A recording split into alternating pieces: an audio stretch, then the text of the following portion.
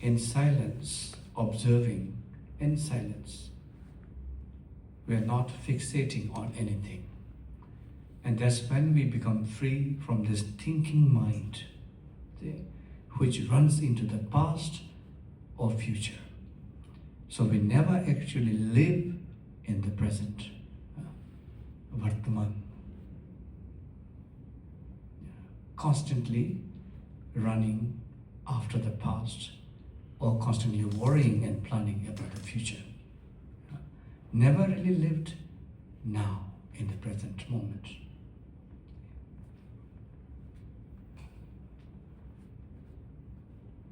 So in a way, we never lived fully, wholeheartedly.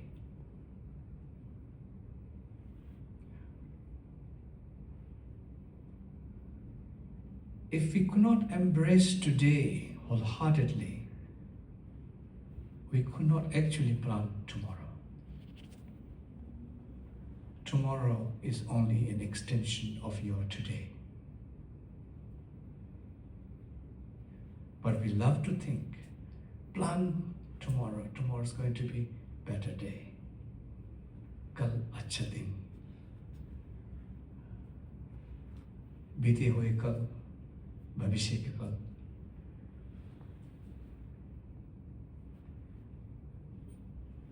So when we feel that tomorrow is better, going to be better, is in a way saying my today is not good. If my today is not good, how will your tomorrow be better? Because tomorrow is just an extension of your today.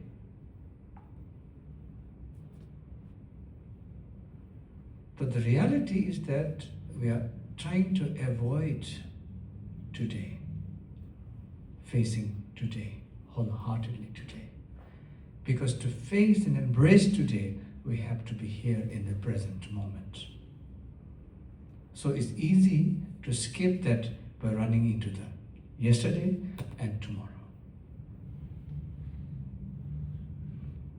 So meditation brings us back straight into here in the moment. And the moment is beautiful. You are whatever you are in this very moment. What you will be tomorrow, you can't say. But you are today, you are what you are. To usse embrace karo. Love it, appreciate it, openly, without judging, without thinking about it. If you're happy, be happy, wholeheartedly. Don't think about if I'm happy. Or don't be seriously happy. Just be happy. If you're just today happy, don't worry that I have to save it for tomorrow. Because your happiness today will extend for this evening, in dreams, in sleeps, in the next morning as well. So the whole thing about meditation truly is first to be able to listen to our thoughts, feelings, emotion, not to fight, not to become our best enemy. Understanding our own feelings and emotions and thought is also compassion, self-love. Some people are very good with other people, but so terrible when dealing with oneself. So if you are so bad with yourself, how can you be really good with others? Impossible. I may sound like non-Buddhist here. It's self-care, self-love is necessary. अगर आप कोई ना कुछ problem ढूंढते रहेंगे, तो you will find a lot of things that's not working in you. क्योंकि the mind has a habit of looking for it. When you begin to focus more on what you have here now, you find there's actually many things you have already. Same thing like you're going to grocery store almost every week or 2-3 times every week. You go there and you buy a lot of things which were actually not necessary. You come home and discover I bought it last days. And you begin to curse yourself. Why did I do that? Yeah. So once you see what you have here in the present moment, you find a lot of things positively in you. It's not that we are looking for perfection. Perfection ho hi nahi sakta. There's no such thing called perfection. Please don't spend your time looking for perfection. Yeah. But we are humans, subject to good and bad. Not even right and wrong, just good and bad.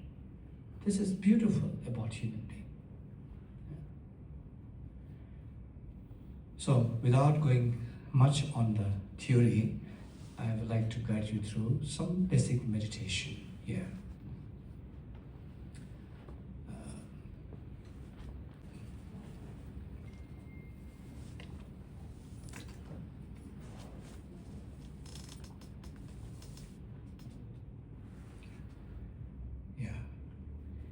You have to kindly and gently approach to the meditation and making your sitting posture correct.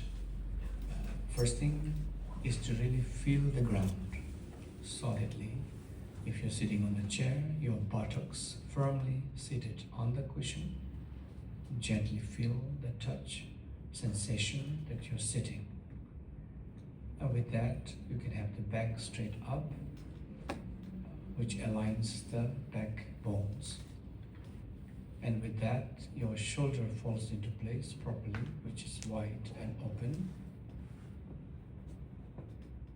And then the head slightly tucked in, not really bending towards up or down, just slightly tucked in, that the back is straight, aligned properly.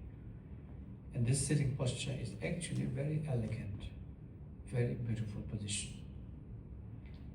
And then your eyes, you can actually rest right on the tip of your nose, right in the front. As you can see in the Buddha's statues, Buddha's eyes is never really so wide open, just rested. Or you may choose to close it if necessary. Then the mouth, tongue touching upper plate, which ensures the jaws to relax, so you're not tight in the jaws and the breath flows normally with the mouth gently shut. And the hands either placed on your lap, on the knees like this, or your lap like this. Whatever works good for you, whichever position. Yeah. So gently bring your attention or awareness in the body, here in the moment.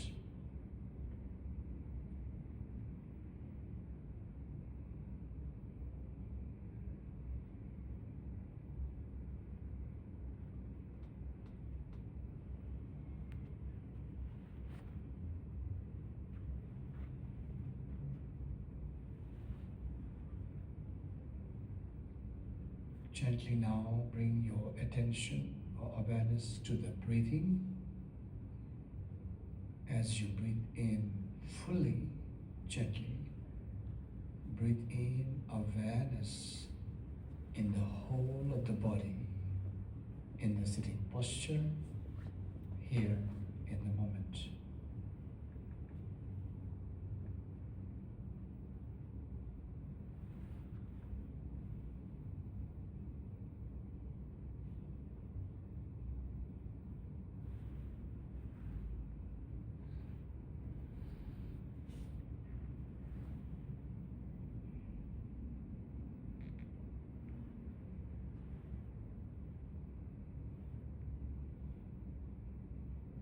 Let the whole of your body breathe in awareness as you breathe in fully, gently.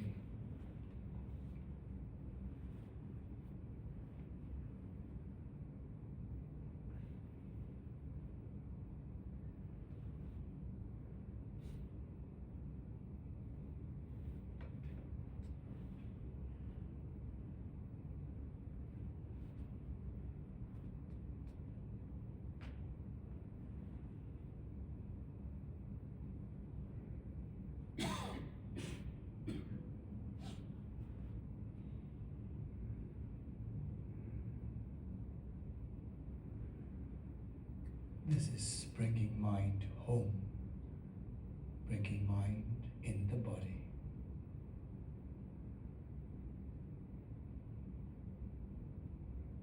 Breathe in awareness in the whole of the body, in the sitting posture, here in the present moment.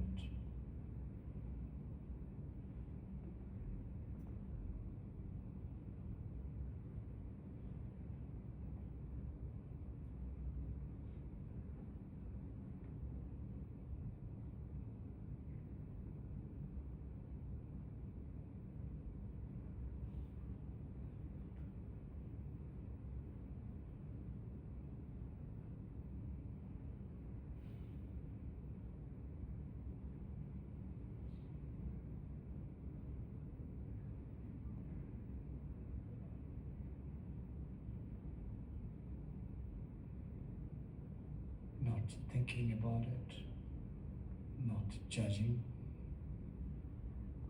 not analyzing it. Gently breathe awareness in the whole of your body, in the sitting posture, here in the moment.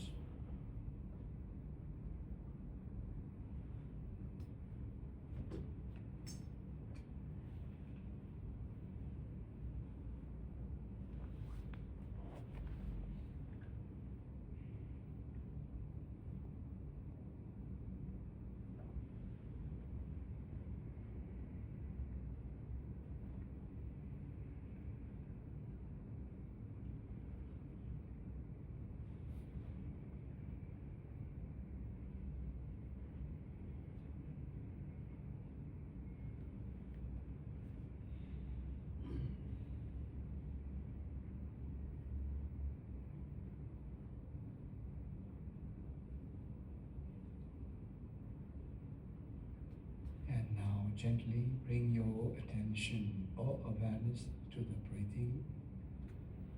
As you breathe in fully, gently, follow each movement of the in-breathing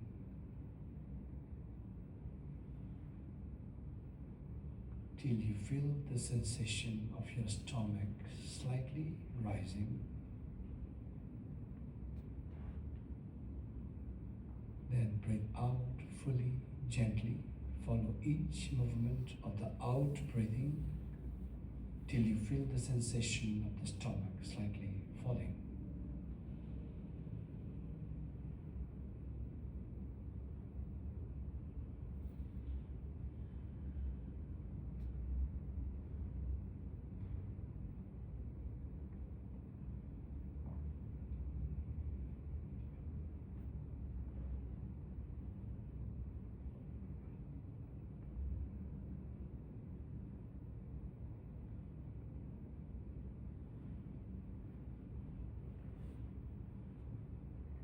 Breathe in fully, gently. Follow each movement of the in-breathing from the beginning till end until you feel the sensation of the stomach slightly rising. Then breathe out fully, gently. Follow each movement of the out breath from the beginning till end until you feel the sensation of the stomach slightly flattening.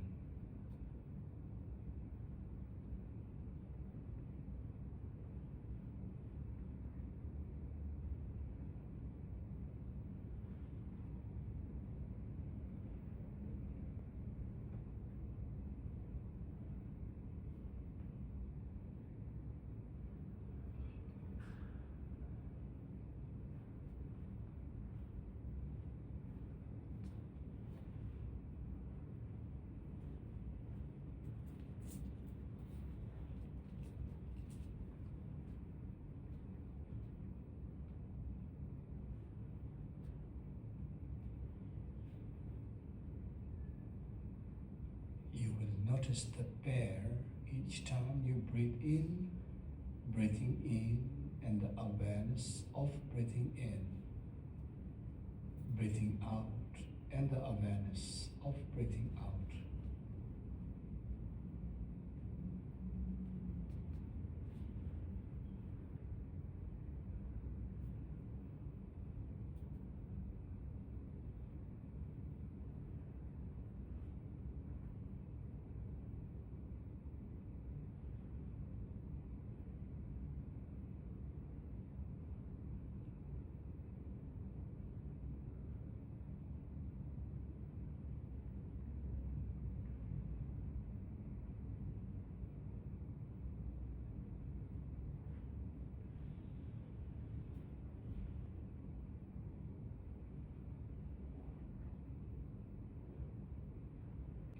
field of your awareness.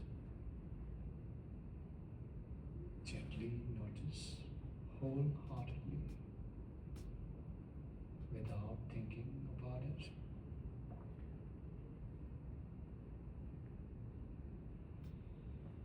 Make a mental note of feeling, feeling, feeling. Gently let go and return to the breathing.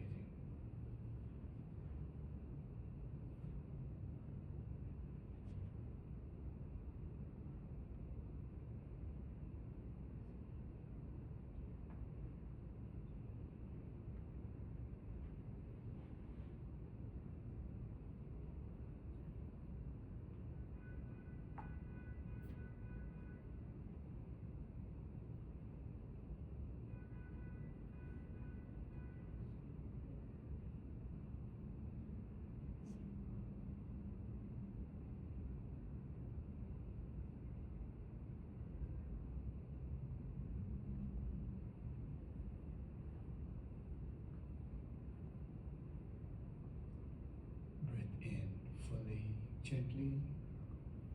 Feel each movement of in-breathing from the beginning till end, till you feel the sensation of the stomach slightly rising.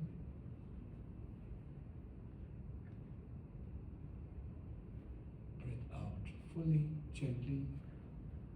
Follow each movement of the out-breathing till you feel the sensation of the stomach slightly flattening.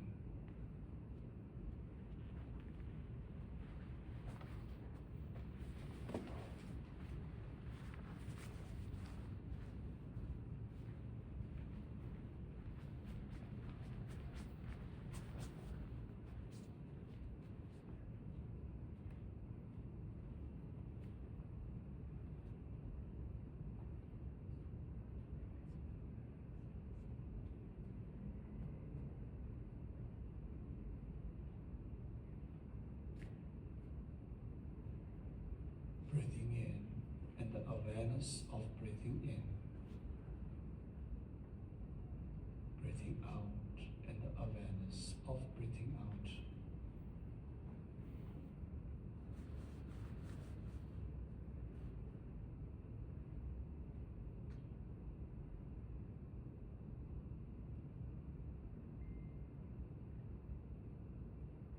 You may now take a deep breath in with sustained awareness,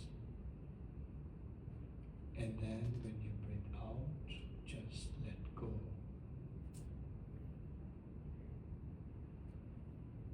Gently open your eyes and relax.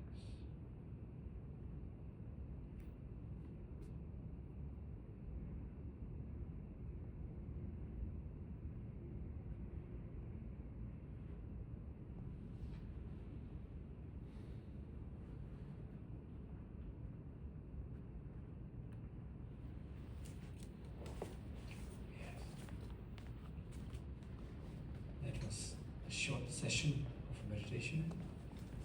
I hope you are still able to feel your half part of the body. So you see, it's very simple basically. No mantras, no prayers, nothing involves here. Simple breathing. If you can manage your breathing, you can manage your mantra, you can manage your divinity, prayer, everything is in the breathing. As long as you don't need to believe.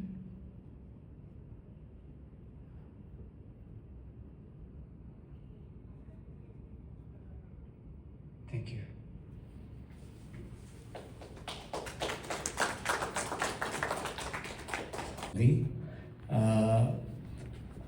In the classical meditation methods and techniques we are taught, particularly in Buddhist teachings, there are mainly two parts.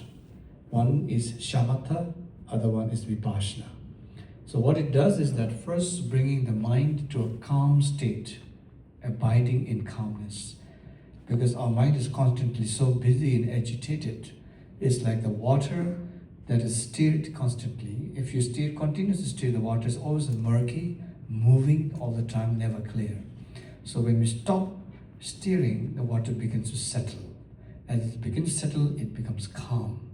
That is the first practice of shamatha meditation. Once it's calm, it becomes clear also. The clarity part is called vipassana, being in the moment.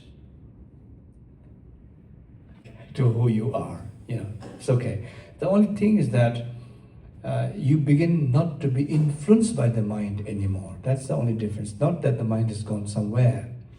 It's always there. But you begin to just watch. You don't become the mind. As Buddha said, take care of your thought gently and kindly, because you will become the thought.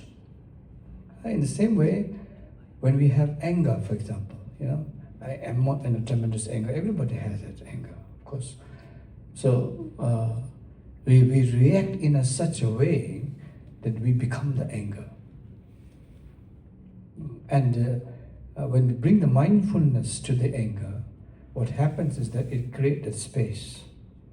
As it creates the space, you begin to actually observe the anger. When you begin to observe the anger, you are not the anger anymore. Anger is not you. You are not the anger. It actually belongs to nobody. See, so when you observe that way, anger reduces intensity. Because in order for anger to become bigger and stronger, it needs a fixation. Here you are gently just watching. As you watch, anger is just like any other feeling, any other thought. It comes and goes, comes and goes, comes and goes. The concentration, your eyes may be too strongly closed or too strongly fixed on things. So there's a physical reaction to that when you are too intense. Other thing is that you get a bit more emotional. Inside, something begins to open, something begins to vibrate, and you have actually no real explanation to it. You cannot actually express it. It's just that the whole being of yourself has just become one with something so open and spacious that you naturally, tears comes rolling out. And whatever it is, don't look for it, don't analyze it, or hoping for another experience like that again in the next meditation. And you will not have the same experience anyway. Okay, wholeheartedly. The thing is that when the mind is powerful, of course, and we need mind, and what mind does is that constantly drags us into all sort of things, distractions, and making us busy. So we lose our focused attention. When the mind bombards us with all kind of entertainment thrown at us. So the first step is to develop a focused attention, to quieten, to calm the agitated mind. So that focused attention is, I did this morning actually at the yoga there, is to focus your attention to the tip of your nostril here. And when you breathe in, you feel the sensation of the breath entering through the nostril. This is the first stop or first beginning of the breath coming into contact with the body. So just feel your focus here at the tip of your nostril and feel the sensation of the breath coming in all the way. Then feel the sensation of breath going out all the way. So once you begin to start that, 1 in, 1 out, you can silently count as 1. Then 1 in, 1, 2, count 2. Now, as you are doing it in the beginning, even within 1 in and before 1 out, your mind is shopping already. See, then what brings the mind back is samriddhi, mindfulness. You see the mind distracted, wandering. When you see that, gently bring it back to the focal point. Then start again, 1, 2, 3. Then it goes away. Again, you're aware of it, you bring it back. So this is the training that in the beginning you have a very frequently escaping mind. Later on, the frequency becomes less and less and less. And then you're able to now stay more in a focused attention. From breathing, counting to 1 till 20, till 75, till 108. It's like a deepa burning bright and straight without any wind. The deepa is always in you, except that it's all windy around. Good luck. Of the practice of awareness, when you begin to give less importance to what the mind is throwing at you, that you're not provoked easily, that you're not reacting right away to all things that goes on in life, that naturally brings you the detachment. Now, detachment again is not to think that you're running away from things or that you have no feeling at all to anything. It's not the detachment at all. Actually, you are more aware. The more you become aware, the more you become more calmer and clearer, you come back to life actually more. Meditation is not about running away from life. You should never think about that. Even if you go to the Himalaya Parbat, your mind will always play with you anyway. You will never be alone. Thank you so much. That was a very beautiful definition of it. I was really looking forward to it, and thank you so much for that. My pleasure. Thank you so much, Rinpoche-ji, for answering all our complicated questions. Those are And then also for Mr. Prakash Tachi. This is a small pictures of our community. So if you can have your seat, Ms. Nangalo, I will ask. okay. I will call Yeah, you. okay. Thank you. Now, this is the term of Consul General Prakash Gupta to felicitate Rinpoche-ji on behalf of the Consul General of India.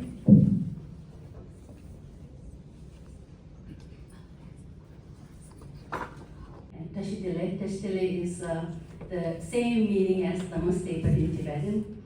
On behalf of the Tibetan Association of Washington, I want to congratulate Mr. Prakash Gupta for such a really nice consulate here in Seattle. I'm pretty sure that the Indian community would really benefit a lot from this consulate.